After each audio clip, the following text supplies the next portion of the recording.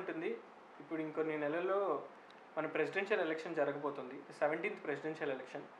And 2017లో మనం 16th presidential election చూసినప్పుడు రామ్నాథ్ కోవింద్ గారు గెలిచారు. 5 years అవ్వడంతో ఆయన టర్మ్ 22కి అయిపోతుంది. సో ఇప్పుడు కొత్త ప్రెసిడెంట్ ఎవరా అని ఒక డిస్కషన్ కూడా స్టార్ట్ అయింది, ఎవరు ఉండొచ్చు నామినేట్ క్యాండిడేట్ అని. సో ఈ టైంలో నాకు యూపీఎస్సీ క్యాండిడేట్స్కి ఆ ప్రాసెస్ గురించి, ప్రొసీజర్ గురించి తెలుసుకుంటే చాలా మంచిది అనిపిస్తుంది మ్యామ్. సో మీరు దాని గురించి ఏమైనా చెప్తారా మ్యామ్ ప్లీజ్? అవును విశ్వనాథ్, 2018లో ప్రిలిమ్స్లో డైరెక్ట్ క్వశ్చన్ వచ్చింది. 2017లో ప్రెసిడెంట్ ఎలక్షన్ అయింది కదా, దాన్ని బేస్ చేసుకుని అనుకుంటే 2018లో క్వశ్చన్ వచ్చింది. క్వశ్చన్లో 2 స్టేట్మెంట్స్ ఇచ్చారనమాట. Value of vote of an MLA differs from state to state అని ఒక statement, value of vote of MP of Lok Sabha is more than MP of Rajya Sabha అని ఒక స్టేట్మెంటు. అంటే ప్రెసిడెంట్ ఎలక్షన్లో లోక్సభ ఎంపీ వాల్యూ ఎక్కువ, రాజ్యసభ ఎంపీ వాల్యూ తక్కువ అని ఒక స్టేట్మెంటు. రెండో స్టేట్మెంటు ఎమ్మెల్యే ఓట్ వాల్యూ స్టేట్కి మారుద్ది అనేది. అయితే దీనిలో ఒక స్టేట్మెంటే కరెక్టు. ఎమ్మెల్యే ఓటు వాల్యూ రాష్ట్రానికి మారుతుంటుంది, కానీ Rajya Sabha MP vote value Lok Sabha MP vote value ఒకటే. సో ఎవరైతే సమగ్రంగా ప్రెసిడెంట్ ఎలక్షన్ని ఫాలో అయ్యారో వాళ్ళు మాత్రం దీనికి బాగా ఆన్సర్ చెప్పగలరు. 2018 ప్రిలిమ్స్ క్వశ్చన్ పేపర్ చూస్తే అది కనిపిస్తుంది అనమాట. సో మళ్ళీ మనకి ప్రిలిమ్స్ ఎగ్జామ్స్ రాబోతున్నాయి కాబట్టి జూన్ 5వ తారీఖున, తర్వాత నెక్స్ట్ ఇయర్ ప్రిలిమ్స్లో అయినా మనం ప్రెసిడెంట్ ఎలక్షన్స్ మీద క్వశ్చన్ ఎక్స్పెక్ట్ చేయొచ్చు. అదేవిధంగా రేపు 5వ తారీఖు నుంచి ఇంటర్వ్యూ స్టార్ట్ అవుతుంది కదా, ఇంటర్వ్యూలో కూడా సరదాగా ఎవరు ప్రెసిడెంట్ అవ్వచ్చు, ప్రెసిడెంట్ ఎలక్షన్ ప్రాసెస్ ఏంటి, ఇండియాలో ఇండైరెక్ట్ ప్రాసెస్ ఏంటి, ఇవన్నీ. దీనికి మనం ఖచ్చితంగా మన కాన్స్టిట్యూషన్లో ఆర్టికల్ 54, ఆర్టికల్ 55, ఆర్టికల్ 56 ఖచ్చితంగా రిఫర్ చేయాలి విశ్వనాథ్. 54లో ఎలక్షన్ ఆఫ్ ప్రెసిడెంట్ ఉంది, 55లో manner of election of president ఉంది, 56లో మనం చూస్తే మన ప్రెసిడెంట్ యొక్క టర్మ్ గురించి కానీ, తర్వాత 57లో ఎలిజిబిలిటీ ఫర్ రీఎలక్షన్ కానీ ఇలాంటివన్నీ ఉన్నాయన్నమాట. సో ఈ ఆర్టికల్స్ అన్నీ మనం ఒకసారి చూసుకోవాలి. ముఖ్యంగా అమెరికన్ ప్రెసిడెంట్ లాగా కాదు, ఇండియన్ ప్రెసిడెంట్ నామినల్ ఎగ్జిక్యూటివ్ మాత్రమే, నామినల్ పవర్సే ఉన్నాయి. కాబట్టి ఇండియన్ ప్రెసిడెంట్ ఎలక్షన్ అనేది ఇండైరెక్ట్ ఎలక్షన్, పరోక్షమైన ఎన్నిక. ఇండియన్ ప్రెసిడెంట్ అనేవాడు ఎలక్టోరల్ కాలేజ్ చేత ఎన్నికవ్వబడతారు. ఈ ఎలక్టోరల్ కాలేజ్లో elected members of Lok Sabha and Rajya Sabha, అంటే elected members of both houses of parliament, elected members of state legislative assemblies. అయితే దీంతో పాటు NCT of Delhi and UT of Puducherry వాళ్ళు కూడా పార్టిసిపేట్ చేస్తారు. దీనిలో ఈ మధ్య ఒక డౌట్ వచ్చింది విష్ణు. డౌట్ ఏంటంటే కాశ్మీర్లో ఇప్పుడు సస్పెండెడ్ యానిమేషన్లో ఉంది కదా అసెంబ్లీ, కాబట్టి డీలిమిటేషన్ తర్వాత కాశ్మీర్ వాళ్ళు పార్టిసిపేట్ చేయొచ్చు, టెక్నికల్గా కాశ్మీర్ కూడా పార్టిసిపేట్ చేయొచ్చు. కానీ ఇప్పుడు వాళ్ళ దగ్గర అడ్మినిస్ట్రేటర్ ఉన్నారు కాబట్టి ప్రస్తుతానికి కాశ్మీర్ వాళ్ళు కమింగ్ ఎలక్షన్స్లో పార్టిసిపేట్ చేయరన్నమాట, అది బ్లాంక్గా ఉంటుంది. కాకపోతే నెక్స్ట్ ఎలక్షన్స్ నుంచి కాశ్మీర్ కూడా, జమ్మూ కాశ్మీర్ కూడా పార్టిసిపేట్ చేస్తుంది. నువ్వు చెప్పు, నీకు తెలిసే ఉంటుంది కదా, కలర్ బాక్సెస్ ఉంటాయి. ఎమ్మెల్యే ఓటుకి ఒక కలర్ బాక్స్, ఎంపీ ఓటుకి కలర్ బాక్స్, ఏమేం కలర్ బాక్స్ ఉంటాయి ఒకసారి చెప్పు. మ్యామ్ ఇలాంటివి ట్రివియాగా తెలుసుకోవడానికి చాలా బాగుంటాయి మ్యామ్, కొంచెం ఫన్నీగా కూడా ఉంటాయి, కొంచెం మనకి ప్రాసెస్ కూడా బాగా తెలుస్తుంది. ఎంపీస్కి గ్రీన్ కలర్ బ్యాలెట్స్ ఇస్తారు మ్యామ్, అలాగే ఎమ్మెల్యేస్కి పింక్ కలర్ బ్యాలెట్స్ ఇస్తారు ma'am. The prestige of election ఎంత బాగుంటుందంటే ma'am, we should vote only with the pen given by them. వాళ్ళకి స్పెషల్ ప్రెసిడెన్షియల్ ఎలక్షన్ కోసం తయారు చేసిన పెన్స్ ఉంటాయి మ్యామ్, వాటితోనే ఎలక్షన్ చేయాల్సిన అవసరం ఉంటుంది మ్యామ్. సో ఇలాంటి ట్రివియా మనం చదువుకునేటప్పుడు తెలిస్తే మనకి గుర్తుపెట్టుకోవడానికి కూడా బాగుంటాయి మ్యామ్. ప్రెసిడెంట్ ఎలక్షన్ గురించి చూసేటప్పుడు ఒక చిన్న విషయం తెలుసుకోవాలి విశ్వనాథ్.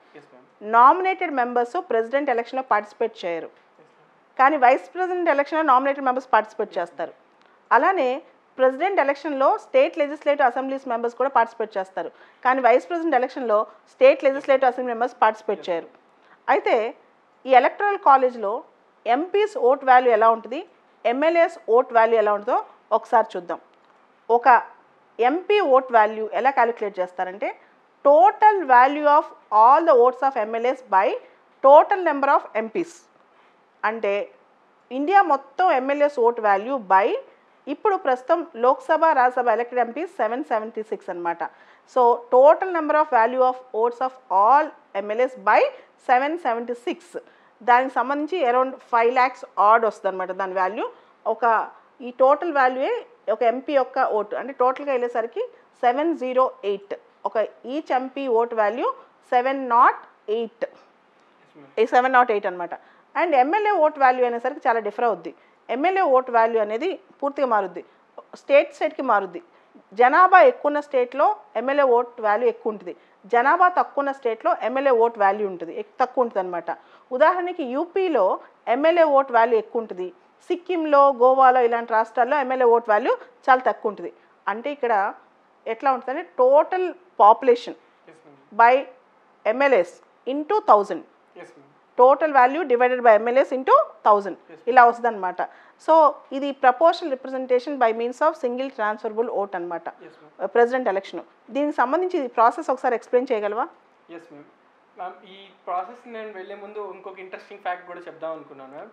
యాక్చువల్లీ మీరు చెప్పిన ఇప్పుడు 2 ఫార్ములాస్ కూడా ప్రీవియస్ ఇయర్ క్వశ్చన్ మ్యామ్. అప్పుడు ఇన్ఫాక్ట్ వాళ్ళు అడిగినది ఏంటంటే ఈ పాపులేషన్ ఏ ఇయర్కి చెందిన పాపులేషన్, సో ఇది ఏ ప్రిన్సిపల్ మీద ఈ ఫార్ములాస్ వచ్చాయనే క్వశ్చన్స్ కూడా అడిగారు ma'am. So enthusiast of UPSC previous year questions చూసినట్టయితే వాళ్ళు ఒకే ఎలక్షన్ మీద ఇన్ని క్వశ్చన్స్ వచ్చాయని కూడా వాళ్ళు ఆశ్చర్యపోయే ఛాన్స్ ఉంటుంది ma'am. So coming back to the ma'am, proportional representation ఎలా ఉంటుందంటే ma'am, it is not a direct election. Direct ఎలక్షన్లో ఎలా ఉంటుందంటే మ్యామ్, మనం అందరం ఓట్స్ చేస్తాం. లెటర్ సపోజ్ ఒక 5 క్యాండిడేట్స్ ఉంటే 5 క్యాండిడేట్స్కి ఓట్స్ వేస్తాం మ్యామ్. 5 క్యాండిడేట్స్కి ఓట్స్ వేయించినప్పుడు వాళ్ళందరిలో ఎవరికి రిలేటివ్ ఎక్కువ మెజారిటీ వస్తుందో, it's not absolute majority, relative majority ఎవరికైతే ఎక్కువ వస్తుందో వాళ్ళు గెలిచే ఛాన్స్ ఉంటుంది ma'am. That is called the first past the post system. కానీ ప్రపోర్షనల్ రిప్రజెంటేషన్లో ఏమవుతుందంటే ma'am, they select a quota. Suppose limited number of candidates ఉన్నప్పుడు వాళ్ళని జనరల్గా స్టాండర్డ్ కోటా ఏంటంటే మ్యామ్ డ్రూప్స్ కోటా అంటారు ma'am. So Droop's quota formula ఏంటంటే ma'am, total number of votes polled divided by number of candidates to B van plus 1 in the denominator, దీని మొత్తానికి +1 ma'am. So that మీకు absolutely number of votes ఎంత quota of votes తెచ్చుకోవాలని దాన్ని బట్టి తెలుసుంటుంది. అంటే first pass the post system వేరు, ప్రపోర్షనల్ రిప్రజెంటేషన్ వేరు అనమాట. ఫస్ట్ పాస్ ద పోస్ట్ సిస్టంలో ఏమవుతుందంటే ఒక పరుగు పందెంలో ఎవరు ముందుంటే వాళ్ళు స్పీడ్గా పరిగెత్తారు లేదా అది లేదు. అంటే ఇప్పుడు 100 ఓట్లు ఉన్నాయి అనుకోండి, ఒకరికి 30, ఇంకోళ్ళకి 25 వచ్చి ఇంకోళ్ళకి 20 వచ్చినాయి అనుకోండి, 100 ఓట్లు 30 వచ్చిన వాళ్ళు విన్నర్ అయిపోతారు. అతనికి 50% ఓట్లు కూడా రాకపోయినా అతను విన్నర్ అయిపోతాడు చాలా సందర్భాల్లో. అదే first pass the post system. కానీ ప్రెసిడెంట్ ఎలక్షన్లో మనం ప్రపోర్షనల్ రిప్రజెంటేషన్ తీసుకుంటాం.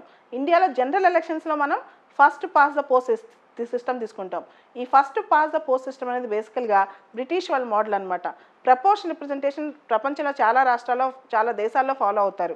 ఈ ప్రపోర్షనల్ రిప్రజెంటేషన్ కెనడాలో కూడా కొన్ని స్టేట్స్లో ఫాలో అవుతారంట విశ్వనాథ్. ఒకసారి proportional representation by means of single transferable vote అనే కాన్సెప్ట్ ఒకసారి చెప్తావా? Yes ma'am. మ్యామ్ ఈ కాన్సెప్ట్ ఈ proportional representation by single transferable vote కొంచెం కాంప్లికేటెడ్గా ఉంటుంది మ్యామ్. అందుకనే మనం జనరల్ ఎలక్షన్స్లో మన కాన్స్టిట్యూషన్ అసెంబ్లీ మేకర్స్ దీన్ని తీసుకురాలేదు మ్యామ్. దీంట్లో ఎలా ఉంటుందంటే అందరికి ఇప్పుడు ఇందాక నేను చెప్పినట్టు అందరు ఎంపీస్కి వాళ్ళ గ్రీన్ బ్యాలెట్స్ లేదా అందరు ఎమ్మెల్యేస్కి పింక్ బ్యాలెట్స్ ఇస్తారు మ్యామ్.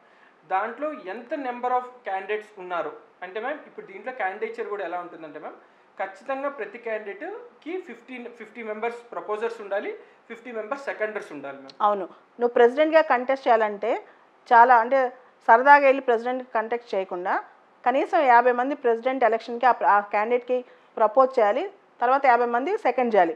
అదే వైస్ ప్రెసిడెంట్కి 20 మంది ప్రపోజ్ చేయాలి, 20 మంది సెకండ్ చేయాలన్నమాట. అంటే జెన్యూన్ క్యాండిడేట్స్, క్వాలిటేటివ్ క్యాండిడేట్సే రేస్లో ఉంటారు. అంటే ప్రెసిడెంట్ ఎలక్షన్ మోకరీ కాకుండా కనీసం 50 మంది ప్రపోజ్ చేయాలన్నమాట ఎంపీలు, 50 మంది దాన్ని సెకండ్ చేయాలి. సో ఇది 1970sలో తీసుకొచ్చారు మ్యామ్. అప్పట్లో కొంచెం దీని ప్రెస్టేజ్ అదే ఎక్కువ మంది ఫ్రివోలస్గా వస్తున్నప్పుడు ఇది తీసుకొచ్చారు ma'am. So coming back to the process, so ఇప్పుడు అందరికీ ఇలా బ్యాలెట్స్ ఇచ్చినప్పుడు దాంట్లో వ్యాలిడ్ క్యాండిడేట్స్ స్క్రూటినీ అయిన తర్వాత క్యాండిడేట్స్ లిస్ట్ ఉంటుంది మ్యామ్. దాంట్లో ప్రయారిటీస్ ఉంటాయి మ్యామ్, 1 2 3 4 ప్రయారిటీస్ ఉంటాయి. So we have to give priorities ma'am. ఒక క్యాండిడేట్కి నువ్వు ఫస్ట్ ఇస్తావా, ఒక క్యాండిడేట్కి సెకండ్ ప్లేస్ ఇస్తావా, ఒక క్యాండిడేట్కి థర్డ్ ప్లేస్ ఇస్తావా అనే దాన్ని బట్టి ఉంటుంది మ్యామ్. అయితే ఎమ్మెల్యేస్ అన్ని ప్రిఫరెన్స్లు ఇవ్వాల్సిన అవసరం లేదు ma'am. If they give first preference for 1 candidate also it's enough ma'am. But కానీ అలా కాదు, నేను వేరే ప్రిఫరెన్స్లు కూడా ఇస్తానన్నప్పుడు వేరే ప్రిఫరెన్స్లు కూడా ఇవ్వచ్చు మ్యామ్. అంటే మనం మామూలుగా జనరల్ ఎలక్షన్స్ ఓటింగ్కి వెళ్తాం కదా, అక్కడ ఎవరైతే పోటీ చేస్తున్నారో వాళ్ళ పేర్లు ఇప్పుడు వాళ్ళ ఫొటోస్ కూడా ఉన్నాయి. మనం ఒకళ్ళు కోటేసి వస్తే సరిపోతుంది. కానీ ప్రెసిడెంట్ ఎలక్షన్లో అలా కాదు. మన ఫస్ట్ ప్రిఫరెన్స్ ఎవరు, సెకండ్ ప్రిఫరెన్స్ ఎవరు, థర్డ్ ప్రిఫరెన్స్ ఎవరు, ఫోర్త్ ప్రిఫరెన్స్ ఎవరు పెట్టొచ్చు. ఒకవేళ మనకు ఒకళ్ళే ఇష్టం వేరే ఇంకోళ్ళు అసలు ఇష్టం లేదు వదిలేసి కూడా రావచ్చు. ప్రిఫరెన్స్లు పెట్టడం కంపల్సరీ కాదు. అంటే ఫర్ ఎగ్జాంపుల్ 4 కంటెస్ట్ చేస్తున్నారు, ABCD. ఏ మన ఫస్ట్ ప్రిఫరెన్స్, బి మన సెకండ్ ప్రిఫరెన్స్, సి మన థర్డ్ ప్రిఫరెన్స్, డీని వదిలేయచ్చు కావాలంటే, లేదా డీకి ఫోర్త్ ప్రిఫరెన్స్ ఇవ్వచ్చు. అది మన ఇష్టం అనమాట. ఖచ్చితంగా ఒకటైతే వేస్తాం, మిగతా ఓట్లు మన ఇష్టం. కానీ అలా ప్రిఫరెన్స్ అనేది ఇస్తుంటారు ప్రెసిడెంట్ ఎలక్షన్లో. Yes ma'am. సో అలా ప్రిఫరెన్స్లు ఇచ్చిన తర్వాత నెక్స్ట్ ఈ ఫేజ్లో నామినేషన్ ఫేజ్ అయిన తర్వాత బ్యాలెట్ డిస్ట్రిబ్యూషన్ ఫేజ్ అయిన తర్వాత ఓటింగ్ ఫేజ్, ఇప్పుడు మీరు ఓటింగ్ ఫేజ్ చెప్పున్నారు మ్యామ్, తర్వాత కౌంటింగ్ ఫేజ్ వచ్చినప్పుడు సింపుల్, ఇది మనం ఎన్నో టీవీ ఛానల్స్లో కూడా చూసుంటాం, లైక్ మున్సిపల్ ఎలక్షన్స్ లాగా బాక్సులు పెట్టి ఉంటాయి ma'am. Boxes are counting because they are done in ballots itself, ఇప్పటికి కూడా బ్యాలెట్స్లో జరుగుతాయి కాబట్టి ఆ శాంక్టిటీ మెయింటైన్. అంటే ఈవీఎంస్ లేవు ప్రెసిడెంట్ ఎలక్షన్లో? No ma'am. వెరీ గుడ్ కదా. చాలా మంది ఈవీఎంస్ వ్యతిరేకంగా మాట్లాడుతున్నారు. పెద్ద పెద్ద దేశాలు కూడా ఈవీఎంస్ వాడలేదు, ఇండియాలో మాత్రం ఈవీఎంస్ వాడుతున్నారు అంటున్నారు. కానీ మన ప్రెసిడెంట్ ఎలక్షన్లో మనం బ్యాలెట్ సిస్టమే వాడతాం. ఈవెన్ రాజ్యసభ ఎన్నికల్లో కూడా బ్యాలెట్ సిస్టమే కదా. Ballot system. సో అప్పుడు ట్రేస్ పెట్టి ఉంటాయి మ్యామ్. ఆ ట్రేస్లోకి ఇప్పుడు ఏం చేస్తారంటే నా ఓట్ ప్రిఫరెన్స్ బట్టి ఫస్ట్ ఓట్స్ లెటర్ సపోజ్ ఏ క్యాండిడేట్కి వెళ్తే ఆ ఓట్స్ అని ఏ క్యాండిడేట్కి వచ్చిన ఫస్ట్ ప్రిఫరెన్స్ ఓట్స్ అక్కడికి వెళ్ళిపోతాయి మ్యామ్. అలా బీకి వచ్చిన ఫస్ట్ ఓట్, సికి వచ్చిన ఫస్ట్ ఓట్, డీకి వచ్చిన ఓట్స్ వెళ్ళిపోతాయి మ్యామ్. ఇలా ఫస్ట్ రౌండ్ అయిన తర్వాత నేను మీకు ఇందాక ఒక కోటా ఫార్ములా చెప్పాను కదా, అలా ఒక కోటా డిఫైన్ చేసిన దాన్ని బట్టి లీస్ట్ నెంబర్ ఆఫ్ ఓట్స్ ఎవరు వస్తే వాళ్ళు తీసేస్తూ ఉంటారు మ్యామ్. తీసేసినప్పుడు ఏం జరుగుతుందంటే మ్యామ్, తీసేసిన తర్వాత లెటర్ సపోజ్ ఫస్ట్ ఐటరేషన్లో ఎవరికైనా కోటా బ్రీచ్ అయితే అప్పుడే వాళ్ళు సెలెక్ట్ అయిపోయినట్టు. కానీ అలా కాలేదనుకోండి మ్యామ్, సెకండ్ ఇటరేషన్లో ఏమవుతుందంటే లెటర్ సపోజ్ ఎవరైతే ఎలిమినేటెడ్ క్యాండిడేట్స్ ఉన్నారో వాళ్ళ సెకండ్ ప్రిఫరెన్స్ ఓట్స్ని వేరే వాళ్ళకి ముందు వాళ్ళకి ట్రాన్స్ఫర్ చేయబడుతుంది. అంటే ఏంటంటే ఇప్పుడు ఏబిసిడి నలుగురు కంటెస్ట్ చేస్తుంటే ఏకి 25 ఓట్లు, బికి 20 ఓట్లు, సికి 15 ఓట్లు, డికి 10 ఓట్లు వచ్చినాయి అనుకోండి, ఎవరికి ఇక్కడ అబ్జల్యూట్ మెజారిటీ రాలా, అంటే అబ్జల్యూట్గా ఒకటే అటెంప్ట్లో ఎవరు విన్నర్ అవ్వలేదు, 50% ఎవరికి రాలేదు. కాబట్టి డీని క్యాన్సిల్ చేసి డీకి వచ్చిన 10 ఓట్లు క్యాన్సిల్ చేసి డీ తర్వాత డీకి ఫస్ట్ ప్రిఫరెన్స్ ఇచ్చిన వాళ్ళు తర్వాత సెకండ్ ప్రిఫరెన్స్ ఏమి ఇచ్చారో దాన్ని కౌంట్ చేస్తారనమాట. అట్లా వెనకాల ఉన్న వాళ్ళని ఎలిమినేట్ చేస్తూ వచ్చి ఫైనల్గా వాళ్ళ సెకండ్ ప్రిఫరెన్స్ ఓట్లు, థర్డ్ ప్రిఫరెన్స్ ఓట్లు చూసి ఫైనల్గా ఒక విజేతని ఎవరైతే అబ్జల్యూట్ మెజారిటీ వచ్చిందో, ఎవరికైతే 50% దాటుతాయో వాళ్ళని తీసుకొస్తారనమాట. మేము నేను ఇంకొంచెం డీక్లటర్ చేస్తాను మ్యామ్. మీకు ఇంకొక స్టెప్ ఎక్స్ప్లెయిన్ చేస్తాను. లెటర్ సపోజ్ మనం 100 మంది ఓట్లు వేసారనుకుంటే 100 మందిలో ఏకి ఒక 40 మెంబర్స్, బీకి ఒక 20 మెంబర్స్, సికి ఒక ఇంకో 20 మెంబర్స్, డీకి ఒక 10-15 మెంబర్స్ వేస్తే ఇప్పుడు డీకి ఫస్ట్ ఓట్స్ అందరూ 10-15 వేశారు కదా మ్యామ్. ఈ 10-15 క్యాండిడేట్స్ వేరే ప్రిఫరెన్స్లు కూడా ఇచ్చుంటారు మ్యామ్. లెటర్ సపోజ్ ఈ 10-15 క్యాండిడేట్స్ అందరూ కూడా ఏకి వాళ్ళు సెకండ్ ప్రిఫరెన్స్ ఇచ్చున్నారు అనుకోండి మ్యామ్. అంటే డీకి ఫస్ట్ ప్రిఫరెన్స్ ఇచ్చిన వాళ్ళు 10 మంది, ఏకి సెకండ్ ప్రిఫరెన్స్ ఇచ్చారు అనుకుందాం. సో అప్పుడు ఏమవుతుందంటే మ్యామ్, డి మన కోటా డెసిషన్ ప్రకారం అది ఎలిమినేట్ అయిపోతుంది కదా మ్యామ్. సో అప్పుడు డి ఈ సెకండ్ ప్రిఫరెన్స్ ఓట్స్ ఏవైతే ఉన్నాయో ఈ 15 మెంబర్స్ ఏకి సెకండ్ ప్రిఫరెన్స్ ఇచ్చారు కాబట్టి ఆ ఓట్స్ అన్ని ఏకి షిఫ్ట్. సో ఏ 50% వచ్చేస్తుంది కాబట్టి ఏ గెలిచిపోయింది. అలా ఏమవుతుందంటే మ్యామ్, మల్టిపుల్ క్యాండిడేట్స్ ఉంటే కొంచెం కాంప్లికేట్ అవుతుంది ప్రొసీజర్. కానీ ఈ మధ్య we are seeing that 2 major opposition candidates ఉన్నాయి కాబట్టి there is a difference in majority కూడా మ్యామ్. అంత కాంప్లికేటెడ్ కాబట్టి ఈజీగానే. సరే, ఈసారి ప్రెసిడెంట్ ఎవరు అవ్వచ్చు అంటావు? కొంతమంది గులాబ్ నబీ ఆజాద్ అంటున్నారు. ఇది చాలా కష్టమైన ప్రశ్న మ్యామ్. నాకు కానీ పొలిటికల్ సైన్స్ స్టూడెంట్ కదా, నువ్వు చెప్పొచ్చు. పొలిటికల్ సైన్స్ స్టూడెంట్స్ చాలా క్లవర్స్ కదా. అలా ఏమీ లేదు, చెప్పు పర్లేదు మ్యామ్. నేను అంత అనలైజ్ చేయలేదు ఎందుకంటే మ్యామ్ చాలా వార్తలు వినిపిస్తున్నాయి మ్యామ్. శరద్ పవార్ గారి పేరు కూడా వచ్చింది మ్యామ్ ఒక పాయింట్ ఆఫ్ టైంలో. గులాం నబీ ఆజాద్ గారి పేరు వచ్చింది మ్యామ్. వెంకయ్య నాయుడు గారు అవ్వచ్చు, అయ్యే ఛాన్స్ ఉందా? ఎస్ మ్యామ్, మీరు చాలా మంచి మాట చెప్పారు. నా నోట్ల నుంచి రాబోయే నెక్స్ట్ పేరు అదే మ్యామ్. ఎందుకంటే 2017లో ప్రెసిడెన్షియల్ ఎలక్షన్ జరిగినప్పుడు రామ్నాథ్ కోవింద్ గారిని ప్రెసిడెంట్ చేయడానికి వెంకయ్య నాయుడు గారు ఎక్స్టెన్సివ్గా టూర్ చేశారు అన్ని స్టేట్స్ యొక్క మద్దతు పొందడం కోసం.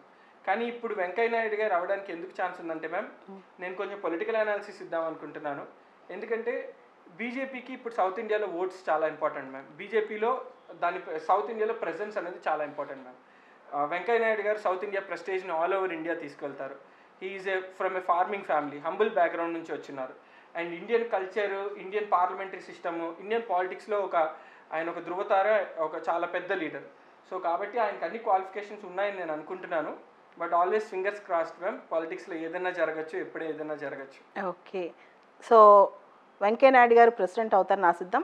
ఆల్రెడీ తెలుగు రాష్ట్రాల నుంచి ప్రెసిడెంట్ ఉన్నారు తెలుసా?